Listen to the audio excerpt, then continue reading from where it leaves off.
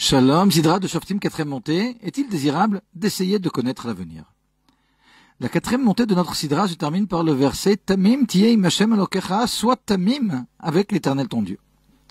Le mot Tamim, déjà rencontré un certain nombre de fois dans la Torah, signifie jusqu'à maintenant intègre. Alors on parle de Noach qui était un tzaddik Tamim, il est décrit comme un tzaddik intègre. Alors d'après les commentateurs, intègre dans l'accomplissement de la volonté divine. Dieu demanda de même à Abraham d'être Tamim ici, Tamim dans le sens d'intègre dans le don de soi. De même, les sacrifices devaient être Timimim, soit intègres, sans défaut aucun. C'est pourquoi on aurait pu penser que l'injonction ici de Tamim, tiye im Hashem Elokecha, aurait signifié soit intègre avec l'Éternel ton Dieu. Or, Rashi explique ici le mot Tamim de façon totalement différente. Tamim tiye im Hashem Elokecha signifie ici conduis-toi avec innocence, nous dit Rashi, ne cherche pas à savoir le futur.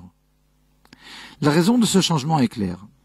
L'injonction Tamim tiye im Hashem Elokecha est précédée de nombreuses interdictions ici dans notre passage.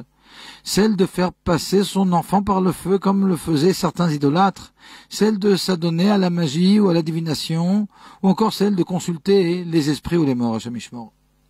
C'est pourquoi dans ce contexte il est naturel qu'Hachem demande à l'homme de se conduire avec pureté et innocence, sans essayer de connaître le futur.